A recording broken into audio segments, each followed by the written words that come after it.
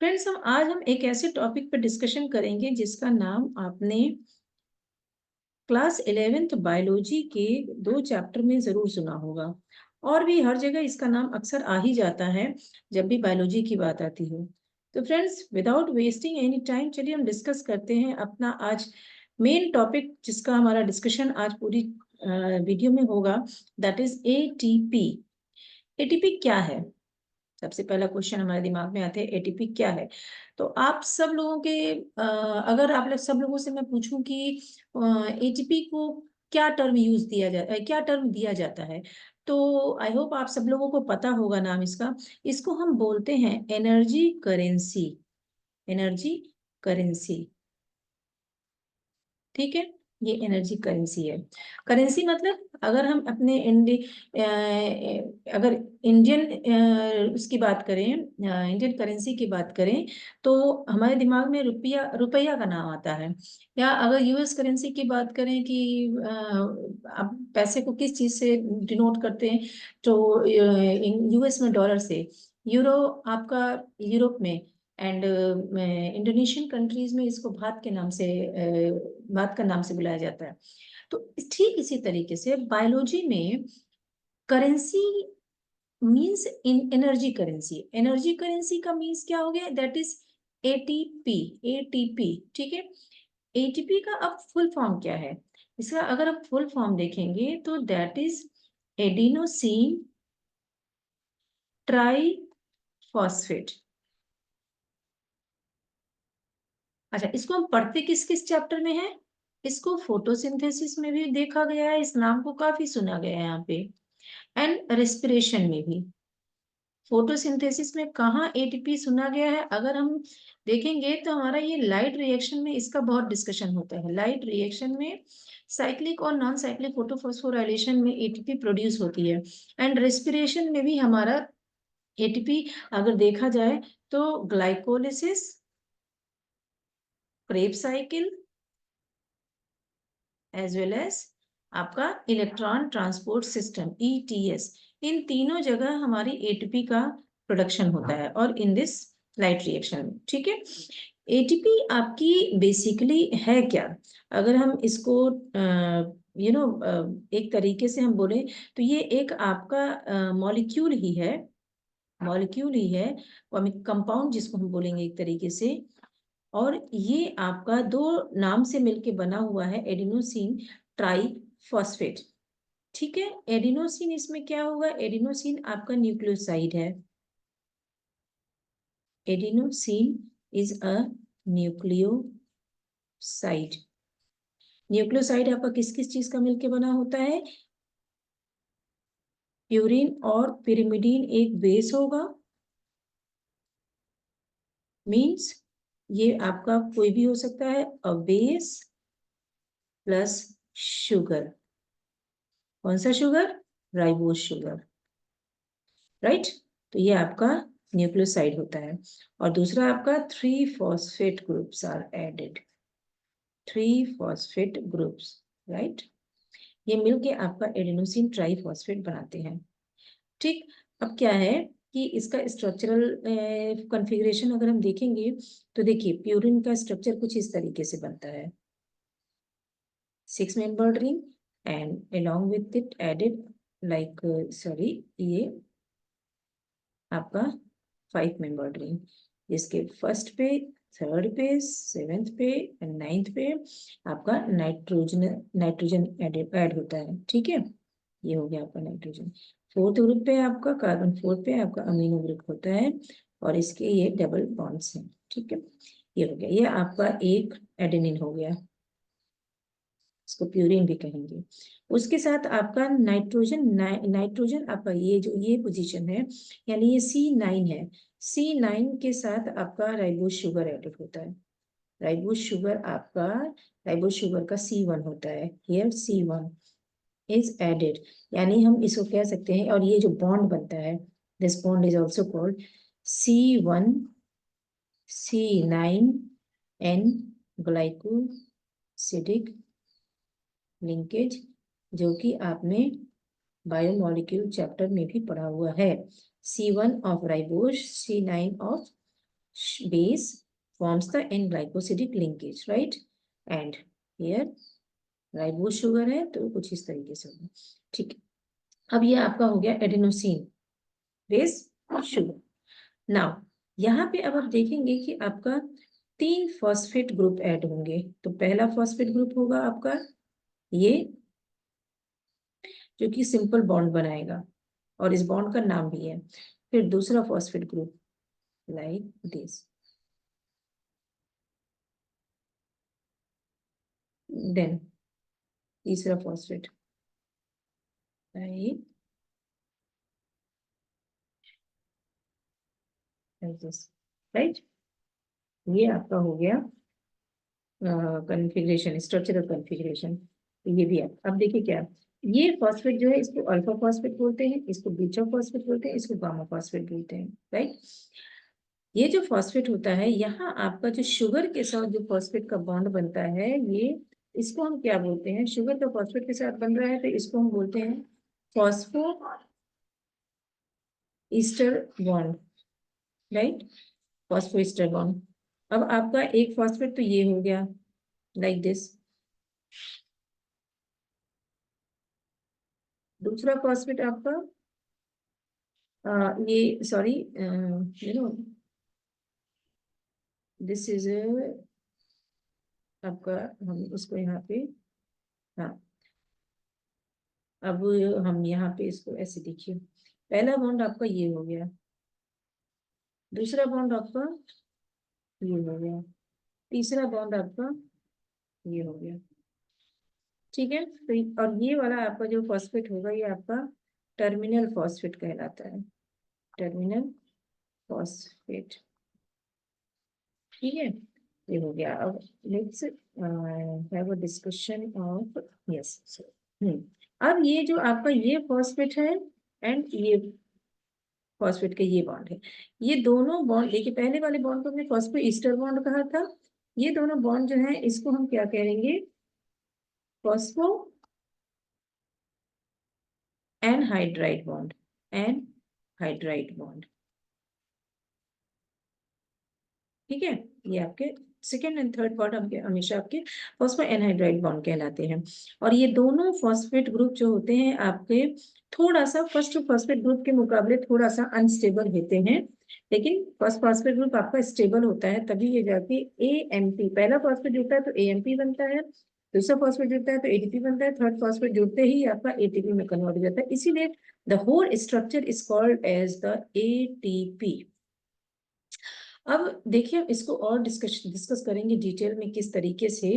मान लीजिए ये आपका यहाँ पे नहीं, थोड़ा सा यहाँ हम आ जाते हैं, लाइक जो मान लीजिए ये टर्मिनल फॉस्फेट का मैं बता रही हूँ, टर्मिनल फॉस्फेट पे आपका एक बार जरा मैं ये बना ले, like not this is, sorry, this one, इसमें हमने बोला कि हाई एनर्जी होता है, हाई एनर्जी, इसका मतलब क्या है, इसके अंदर जो इलेक्ट्रॉन होते हैं, इसके अंदर जो आपके इलेक्ट्रॉन मौजूद होते हैं, these electron at high energy state, high energy state, that's what they are unstable, and they are unstable, and that's what they are jumping up again and again and again, jumping again again, jumping again and again, ठीक है। ये होगा, अब क्या होगा कि ये electron आपके क्या करेंगे कि जंप करते रहने की वजह से ये इस टर्मिनल फॉस्फेट को बहुत ज्यादा अनस्टेबल बना देते हैं। अच्छा, एक और रीजन है टर्मिनल फॉस्फेट, आप जैसे यहाँ देख रहे हैं टर्मिनल फॉस्फेट के अनस्टेबल होने का एक और रीजन क्या है, एक तो आपका ये यहाँ मौजूद हाई एनर्जी में मौजूद इलेक्ट्रॉन्स हैं, दूसरा क्या है, देखिए यहाँ पे ये जो ऑक्सीजन है और इस पे, इन दोनों पे आपका same group negative group charge लगा है, तो because of negative group charge on the same two different phosphate group which are close adjacent to each other, they cause repulsion, तो एक्टिव रिपल्शन होता है यहाँ पे, एक्टिव रिपल्शन, ठीक है। तो जिसकी वजह से भी ये एक दूसरे को, ये टर्मिनल फॉस्फेट हमारा बहुत ज्यादा अनस्टेबल होता है। लेकिन जहां तक हम इलेक्ट्रॉन की एनर्जी की बात करें तो यहाँ पर डिस्कशन करते हैं, इलेक्ट्रॉन जब आपका हाई एनर्जी लेवल पे होता है तो हमें इस इलेक्ट्रॉन को लो एनर्जी लेवल पे लाना होता है ताकि ये स्टेबलाइज हो जाए। लो एनर्जी लेवल पे आने के लिए क्या होता है, इलेक्ट्रॉन अपनी एनर्जी को निकालता है, और यही जो एनर्जी निकालेगा, यहाँ जो एनर्जी निकलेगी उस एनर्जी को स्टोर कर लिया जाता है, और वो एनर्जी जो है वो हमारी सेलुलर एक्टिविटीज में यूज होती है। जैसे मान लीजिए इस तरीके से electron at high energy level, high energy, and then ले आए हमने low energy electron, low energy electrons. अब इसमें जो यहाँ पे एनर्जी निकली, जो उसकी एनर्जी सारी हुई इसको लो पे लाने के लिए, energy utilize, utilize in cellular activities. और कौन कौन सी एक्टिविटीज है आपके, जैसे ग्लाइकोलिसिस हो गया, ग्लाइकोलिसिस में आपका प्रोटीन कॉन्फ़िगरेशन में, प्रोटीन कॉन्फ़िगरेशन जिसमें आपका प्रोटीन अपना स्ट्रक्चरल कॉन्फ़िगरेशन बदल के डिफरेंट डिफरेंट अलग एंजाइम्स बनाता है, और एंजाइम हमारे अलग अलग सेलुलर एक्टिविटीज में पार्टिसिपेट करते हैं। अब हम नेक्स्ट स्लाइड में डिस्कस करेंगे। अब क्या होगा कि इस स्लाइड में हम देखेंगे कि आपका जो एटीपी है, ये ए टी एंड देन इसके साथ तीन फॉस्फेट, ये एटीपी आपका बदलेगा किसमें, एडीपी में। तो बदलने के लिए क्या होता है आपका, ये मान लीजिए ए डी, इसको ऐसे भी हम डी से भी डिनोट कर सकते हैं, 1p 1p, एक पी हमारा निकल गया, टर्मिनल फॉस्फेट हमारा क्या हो गया, रिमूव हो गया। तो इसमें क्या होगा, इसमें हम इसका हाइड्रोजन सॉरी इसमें हम हाइड्रोलिसिस करेंगे, यानी कि हम पानी ऐड करेंगे। पानी ऐड करेंगे तो क्या हुआ, ये पानी अपने साथ, यानी इस एक तो ये इसने एडीपी बना दिया, ठीक। उसके बाद इसने फिर क्या किया, phosphate plus OH plus proton ये बना दिया, ये ठीक है। और उसके साथ एनर्जी भी निकाल दी, सॉरी एनर्जी भी निकाल दी, इसी एनर्जी को यूटिलाइज किया जाएगा एक्टिविटीज में। उसके बाद ये आपका एडीपी बन गया। अब क्या होगा, हम इसको देखिए क्या करते हैं, एएमपी में भी कन्वर्ट कर देते हैं, एएमपी प्लस अगेन वही प्रोसेस होगी। अगर हम इसकी हाइड्रोलिसिस करेंगे, फिर से हम हाइड्रोलिसिस अगर हमने इसकी की तो सेम प्रोसेस हो जाएगी आपकी, फिर यही चीज आपका अगेन होगा सेम, ठीक है, यहाँ पे होगा। लेकिन यूजुअली एएमपी में इंटर कन्वर्जन कम होता है, एडीपी ही अपना एडीपी में तुरंत कन्वर्ट कर लेती है। तो इस पूरी प्रोसेस में एनर्जी निकल रही है, तो hydrolysis of ADP is an, हम कह सकते हैं, एक्सर्गोनिक रिएक्शन।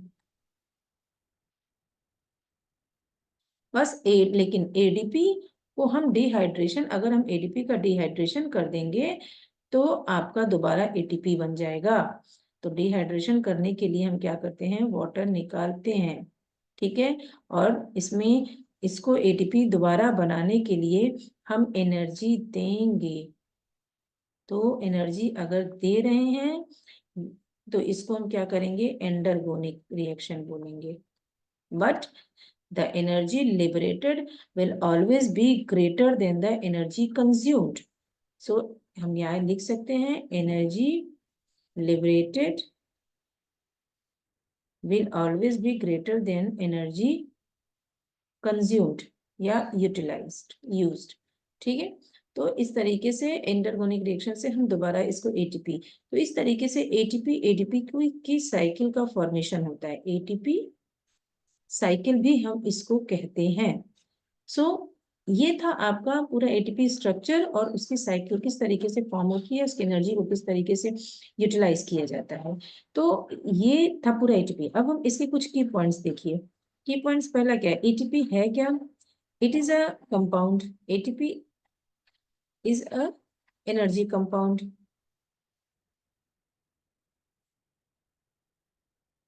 सेकेंड पॉइंट इसका क्या हो गया? ATP turns to ADP via hydrolysis process. ठीक, और this ATP forms in photosynthesis, respiration, and some more activities also. So this was all about ATP ADP cycle. Thank you friends. अगर आप लोगों को मेरा ये वीडियो पसंद आया तो उम्मीद करती हूँ कि आप लोग बेल आइकन को हिट करना नहीं भूलेंगे। एंड प्लीज अगर कुछ भी कमी लगती है तो please do right in my comment box, और जिससे मुझे इंस्पिरेशन भी मिलती रहेगी। आप पॉजिटिव कमेंट करेंगे, नेगेटिव कमेंट करेंगे, मैं दोनों को पूरे दिल से स्वीकार करूंगी और कोशिश करूंगी कि आप लोगों के लिए अपने वीडियोस पे इसी तरीके से और अच्छे से मेहनत करती रहूं और अच्छे अच्छे वीडियोस लाती रहूं। तो friends please please please don't forget to hit my like button, and thank you very much. Wait till my next video.